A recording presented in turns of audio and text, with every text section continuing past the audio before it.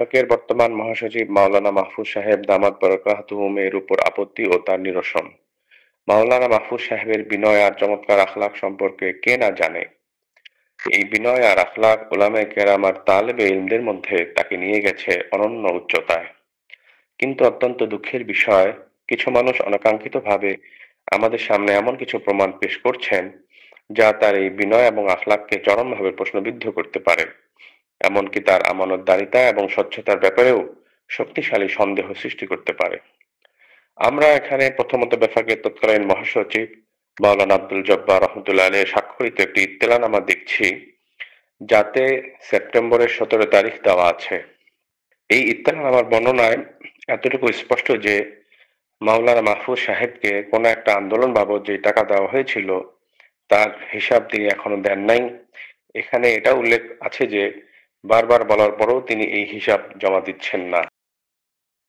দ্বিতীয় চিঠি এর 10 দিন পরের, সেখানে হিসাবরক্ষক মেরাজুল ইসলামকে বলা হচ্ছে যে আপনাকে সহকারী মহাপরিচালক জোবায়ের আহমদ চৌধুরী সাহেবের সহযোগিতায় মাওলানা মাহফুজ সাহেবের সাথে হিসাব নিকাশ ক্লোজ করার নির্দেশ দেওয়া হলো। খুবই আশ্চর্যের বিষয় হলো, যেখানে এই হিসাব জমা দেওয়ার কথা মাওলানা মাহফুজ সাহেবের, তিনি এটা জমা দিয়ে দিলেই তো হলো। এখানে হিসাব রক্ষকের দায়টা কিসের? তাকে কেন ভিন্নভাবে নির্দেশ দেওয়া হলো? কেউ বলতে পারেন তিনি যেহেতু হিসাব রক্ষক সেজন্য তাকে হিসাব সম্পন্ন করতে বলা হয়েছে। আচ্ছা, যদি তাকে হিসাব রক্ষক হিসেবে এই নির্দেশ দেওয়া হয়ে থাকে, তাহলে তিনি তো এই হিসাব গ্রহণ করবেন সরাসরি মাহফুজ সাহেবের কাছ থেকে। তাকে আবার এটা কেন বলা হলো যে আপনি জুবায়ের আহমদ চৌধুরীর সহযোগিতা নেবেন? বোঝা যাচ্ছে এখানে অন্য কোনো বিষয় আছে। সেই অন্য বিষয়টা বোঝার জন্য আমরা তৎকালীন বেফাকে যারা কর্মরত ছিলেন তাদের সাথে কথা বলেছি, যার সংক্ষিপ্ত বিবরণ হলো এই।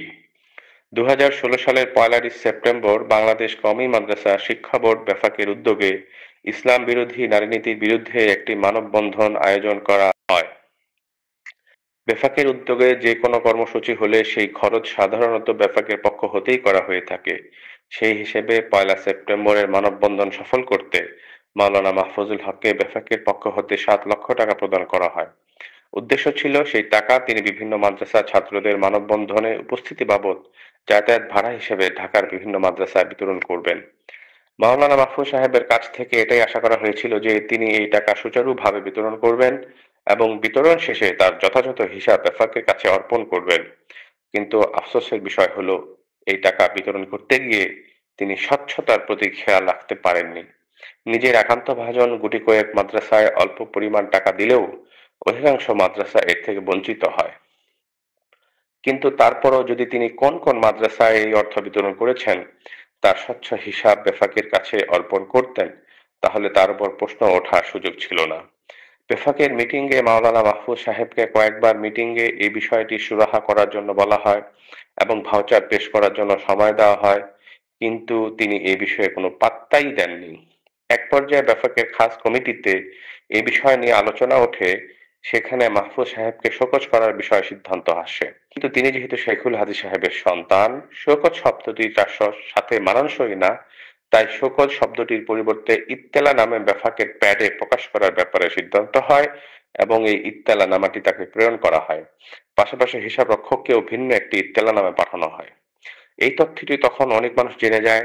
মাওলানা মাহফুজ সাহেব চাইলে তখনও পূর্ণ হিসাব জমা দিয়ে নিজের স্বচ্ছতা প্রমাণ করতে পারতেন, কিন্তু দীর্ঘদিন পর্যন্ত এই হিসাব প্রদানে তিনি বিলম্ব করতে থাকেন। এদিকে ঘটনার প্রায় 3 মাস পর আব্দুল জব্বার সাহেব ইন্তেকাল করেন। দায়িত্বশীল হিসেবে এই টাকার হিসাব আদায়ের জন্য তিনি ছিলেন সবচাইতে সোচ্চার। তার ইন্তেকালের পর এটা অনেকটাই ধামাচাপা পড়ে যায়। 3 বছর পর হঠাৎ এই বিষয়টি আলোচনায় চলে আসে। আগের সেই ইত্তেলানামা দুটিও আবারও প্রচার পেতে থাকে। আব্দুল জব্বার সাহেবের দেওয়া ইত্তেলানামার সুরাহা এখনো হয়নি বলে জোর দাবি উঠতে থাকে। এই সময়েও মাওলানা মাহফুজ সাহেব হিসাব জমা দেওয়ার পরিবর্তে তৎকালীন বেফাকের মহাপরিচালক মাওলানা জুবায়ের আহমদ চৌধুরীকে ফোন করে খুব অনুনয় বিনয় করেন যেন যেভাবেই হোক একটি রাস্তা বের করা যায় এবং প্রয়োজনে যেই ফাইলে টাকা রেকর্ড আছে সেই ফাইলটি যেন সরিয়ে দেওয়া হয়। সহকারী মহাপরিচালক জোবায়ের সাহেব মাহফুজ সাহেবের অন্যায় আবদার মেনে নিয়ে হিসাব রুমে প্রবেশ করেন এবং তৎকালীন হিসাবের দায়িত্বে থাকা মাওলানা মিরাজের কাছ থেকে রেকর্ড ফাইল নেন এবং সেই ফাইলে রেকর্ড করা অংশ সহ আরো অনেক পেজ ছিঁড়ে ফেলেন। হিসাব কক্ষ হতে বের হয়ে তিনি নির্দেশ দেন বেফাকের ওয়েবসাইটে যেন প্রকাশ করা হয় যে ইত্তেলা নামে যে পত্রটি বের হয়েছে এটি ভুয়া। এ ব্যাপারে একটি নোটিশ প্রকাশের জোর তাগিদ করেন মাওলানা মাহফুজুল হক সাহেব। পরবর্তীতে 19/7/2020 তারিখে বেফাকের সহকারী মহাপরিচালক অধ্যাপক জোবায়ের আহমদ চৌধুরী স্বাক্ষরিত একটি কাগজে ৩ বছর পূর্বে ইত্তেলানামার প্রতিবাদ জানানো হয়। প্রশ্ন হলো, যদি সেই ইত্তেলানামাটি মিথ্যাই হয়ে থাকে তাহলে যেহেতু আগের ইত্তেলানামায় আব্দুল জব্বার সাহেবের স্বাক্ষর ছিল, সেহেতু পরের প্রতিবাদনামাটিও আব্দুল জব্বার সাহেবের পক্ষ থেকে আসার প্রয়োজন ছিল। ইন্তেকালের আগে তিনিই যদি বলতেন যে আমার স্বাক্ষর সংযুক্ত এই কাগজটি মিথ্যা, তাহলে সেটা অধিক শক্তিশালী হতো। অথচ ইত্তেলানামা প্রকাশের পর প্রায় ৩ মাস আব্দুল জব্বার সাহেব হায়াতে ছিলেন। এই দীর্ঘ সময়ে তার পক্ষ থেকে কোনো প্রতিবাদ আসেনি। অথচ এর ৩ বছর পর জুবায়ের আহমদ চৌধুরীর পক্ষ থেকে প্রতিবাদনামা প্রকাশিত হওয়াটি যথেষ্ট সন্দেহজনক। মাহফুজ সাহেবের মতো একজন বড় মাপের আলেমের প্রতি এমন গুরুতর আপত্তি যথেষ্ট দুঃখজনক এবং এটি অবশ্যই সমাধান হওয়া উচিত। জাতিকে আশ্বস্ত করার জন্য তিনি যেন এই বিষয়টি সুস্পষ্টভাবে ব্যাখ্যা করেন, এটাই আমাদের পক্ষ থেকে বিনীত আহ্বান থাকবে। একই সঙ্গে বেফাকের মজলিসে শুরা এবং খাস কমিটি যেন যথাযথ তদন্তের মাধ্যমে বিষয়টি পর্যালোচনা করেন এবং খরচ বাবদ বকেয়া টাকার সঠিক হিসাব বুঝে নেন। আমাদের পক্ষ থেকে তার প্রতি এই উদাত্ত আহ্বান থাকবে। আমাদের পক্ষ থেকে তার প্রতি এই উদাত্ত আহ্বান থাকবে।